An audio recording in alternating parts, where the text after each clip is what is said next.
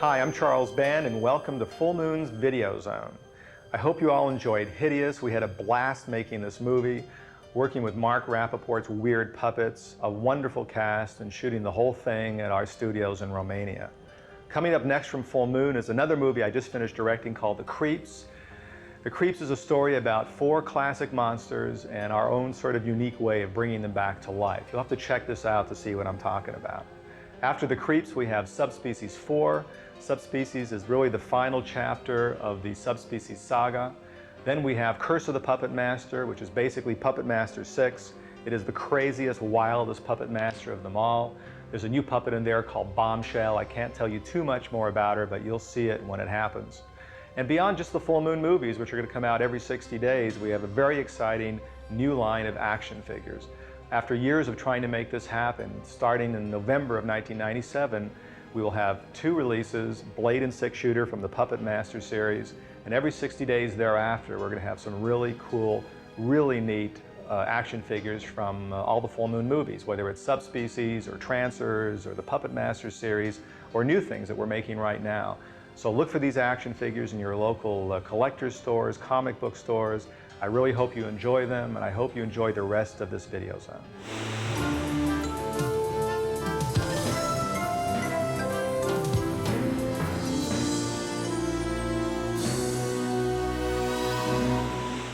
Elvina, call up Mr. Lazar. Tell him may have something really hot coming in. Just hold on one sec, and I'm going to show you something that'll knock your socks off. Open the box.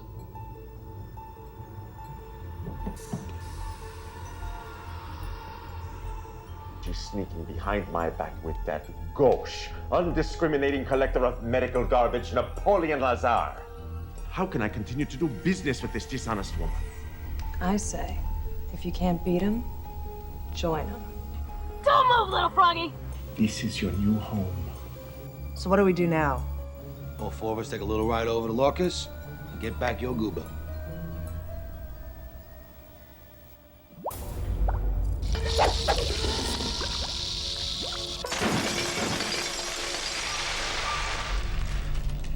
Does the baby look like he's looking over at Lazar? Yeah. Okay. Charles Band returns to the director's chair for the first time since Prehysteria to mastermind this strange story getting really gooey. of science gone awry. Okay, and action! All right. I wanted to direct Hideous because of several things. One, it was designed in a very contained setting, a show that could be shot at our studio in Romania. Having now, having built the studio and been in Romania now for 7 years, shooting pictures like Subspecies and Trancers and many of the Moonbeam shows, I had never had the experience of, directing in my own studio. I mean, it's weird, but I thought, gosh, maybe in the beginning of the year I can slip away and get away from the office. And I mean, I enjoy all the stuff I do, but it's nice also to get behind the camera again. In the case of Hideous, there were certain elements that I wanted to see designed in there, starting with using some of the sets that were on our sound stages in Romania. There's an interior castle set which has been changed somewhat, but is standing on 2 of the 3 sound stages at our studio, and I designed this movie and had it written for those sets. We have a wonderful relationship with Benjamin Carr. He's written many of our scripts, and I mean, the title came first anyway, as it usually does. But I think being a collector myself of comics and comic art, the idea of 2 crazy collectors who are both vying for these bizarre medical oddities, getting eventually trapped in a house, the medical specimens, these weird creatures, come alive for reasons that are explained in the movie, and then all hell breaks loose. I just like that sort of confined setting. I like the black humor, and I like of course, the way Benjamin wrote these wonderful characters. All 6 of them. Get up! Get up! Hold still, kid! No! Oh, sorry, Doc. We had this potential to go be really big and bold and be crazy and chew scenery, and add this whole new meaning to the term dinner theater, because we could really chew scenery. It was great. In fact, there's the one scene when we walk into my castle where we have that wonderful castle scene. We're all sitting around ready for this interrogation, and it looks right out of a theater piece. It is so cool. Ah, come on, Doc. You're too smart to play dumb. You see the cast of characters here? You know what's going on. Of course. It's interesting when you build a character because she is sort of my alter ego. I mean, she's a very evil woman. She's, you know, sort of, I took a little tiny piece of my multifaceted me and created her and just blew it up about 500%. And I didn't like her very much. She was a really nasty person. You're fired. You're fired from everywhere. You're fired from the fucking universe. Well, I'm glad to see you're enjoying your little sandwiches at $160 an hour. If I wanted a thinking receptionist, you'd be working at Burger King. I gotta pee. Don't let us stop you. You are so good. Everybody teased me on set because I would not shoot a frame without wearing my fragrance. And my roommate is a perfume designer. And when I described my character to my roommate to create this fragrance, you know, I said she's a sex addict, alcoholic, power hungry, money hungry, chain smoker, and I gave basically all the things that I think Belinda is. Like I'd walk in my whole do and this massive bouffant and my attitude and this whole thing and with a scent, and it was very empowering. I felt very strong and evil, and you know, it was fun. It was a lot of fun to play her. I'm such a diva. Alvina Shaw. She was the comic relief, definitely, of the movie. She just doesn't have any brains at all. She's a ditz, but she has a heart. Yeah? Yeah, you do. Yeah. Her character, I mean, I still watch some of the scenes and laugh because she's just so, you know, right on, and she's, you know, just a wonderful actress. The fun thing about Rhonda is you never know when she's putting you on as the character, or if she can be really that way. There's wonderful moments, like you'll say something like, oh, it's going to be so great, and we'll actually get to hear the Romanian tongue, and she'll say things like, what is the language they speak in Romania? And you say, well, Rhonda, it's Romanian. It's a language, Romanian. Uh-huh. Oh, they speak Romanian? Yes, Rhonda, they do. They really do. And of course she's putting us on. I hope. I'll never tell, no. I didn't want to play just the typical dumb blonde. You have to get specific about it. And I guess you can say through my years of studying and stuff that I've developed sort of this sort of character. So I've had her, actually, for years. And you just sort of, you know, you get to explore with the people and the other cast and just sort of let it go. So I kind of had her. Maybe not named Alvina, but I've had her. So what's with you and the doc, anyway? You were like raised by wolves or something? He found and educated you? No. I answered an ad in the Sunday Herald. Doc was looking for a personal assistant.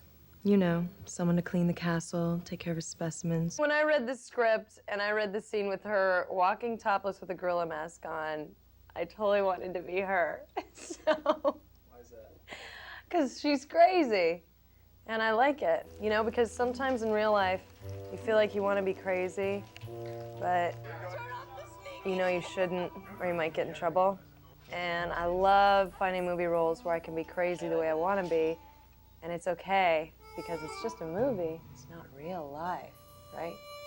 Maybe at the end of the day, if people remember nothing about this movie, they'll remember Jackie in the gorilla mask, topless. I'd like to claim that was a last-minute inspired idea, and I called someone up and said, let's get a gorilla mask and Jackie. How about playing the whole scene topless? None of that is true or the case. This was written in the script. This is a Benjamin Carr weird notion, and when you read it, it sounds funny and amusing. I think, God, that's gonna be a wild scene, especially it was like 0 degrees, so I'm thinking, you know, Jackie's got to be a trooper to, you know, get through this and do take 4 and take 5 and take 6. But when we finally got to the set, and of course the gorilla mask was brought over from Los Angeles, and, you know, she comes out and she puts the mask on, and she's there bare-breasted with this gorilla mask. It's like, this is a great piece of film. I mean, this is one of the strangest visual moments, I think, in any movie. They all came back from that shoot talking about Jackie with the head out and the walk, and I didn't get to see it. They played on the monitor, but I wasn't there. So when I saw it in the film, you know, even as built up as sometimes, you know, a joke is or whatever, it was hilarious. Gotta admit, you are pretty cute. With the vest and the hot pants and stuff, you know? Most women would be a bit uncomfortable seeing company dressed like that. But you pull it off nicely.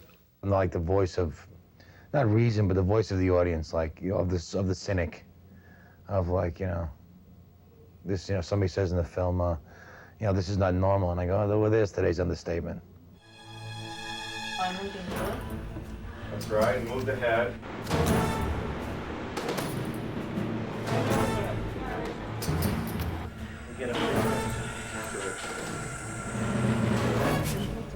Good, both ways. Okay, cut. All the creatures work real well, and as a group, they look pretty gross and hideous. Porcupine baby, huh?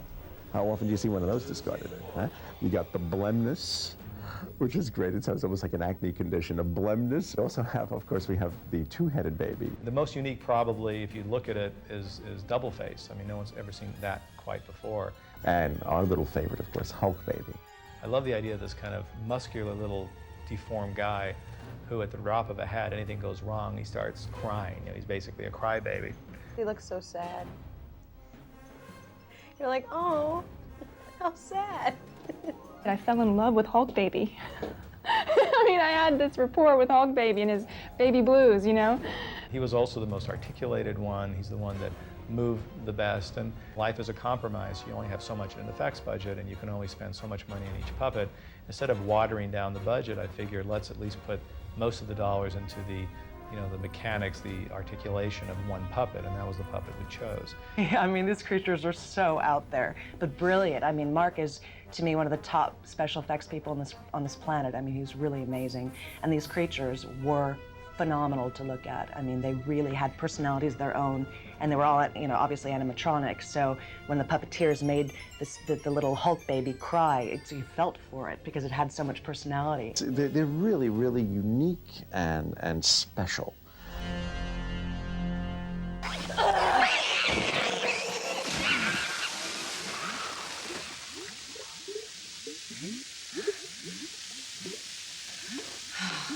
Good fucking riddance. Well, what are you waiting for? Let's go.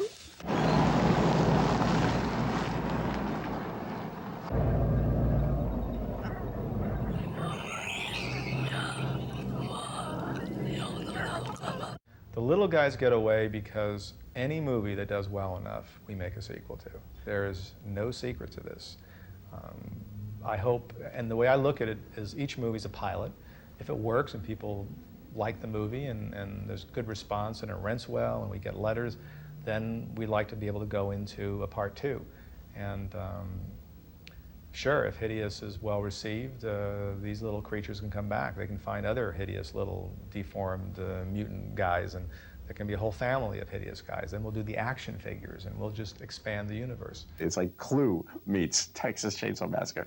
They can expect to step inside the mind of Charlie Band and go walk in his world for a little while. Right? What kind of world is that? Freaky. Deformed, devious, depraved, hideous. Another terrifying addition to the Full Moon Collection.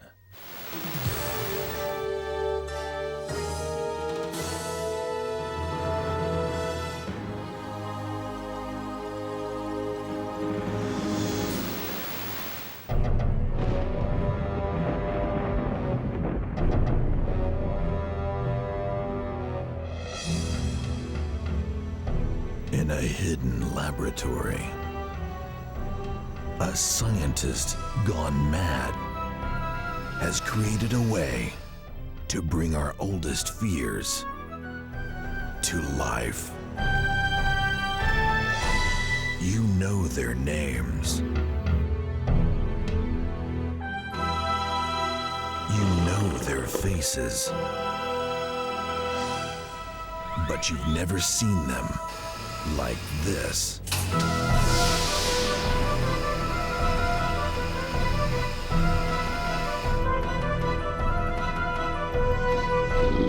If memory serves, I was significantly larger. You see, we need a girl to bring you all up to normal size. We four shall find this girl. We nightmares, made flesh, shall walk the night again.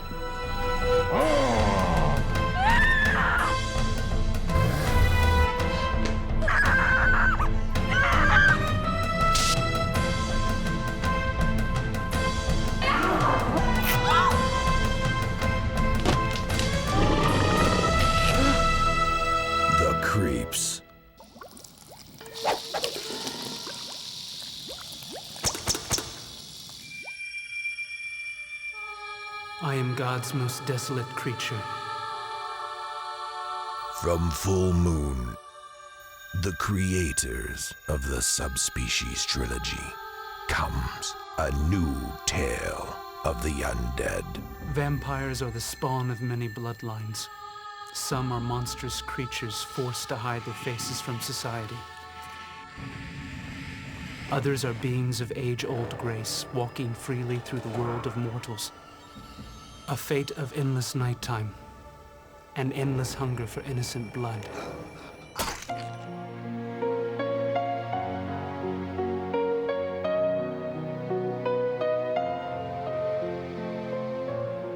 She has the gift.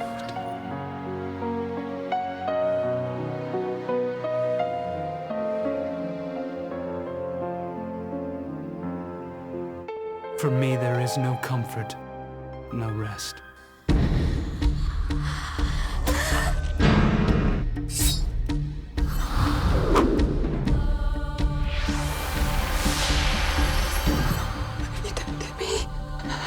I've initiated you into the mysteries.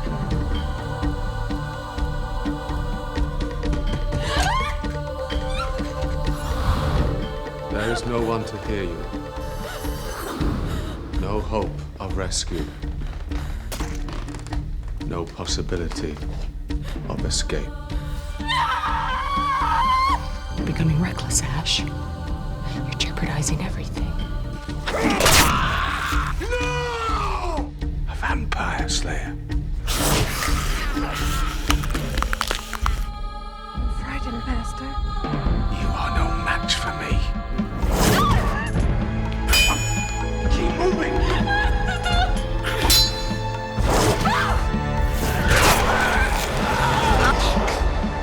Soon enough, you will beg me for deliverance. The Vampire Journals. For more information about our films and to be added to our mailing list, write to Full Moon Pictures, 8721 Santa Monica Boulevard, number 526, West Hollywood, California, 90069, or visit the Full Moon Pictures website at fullmoonpictures.com.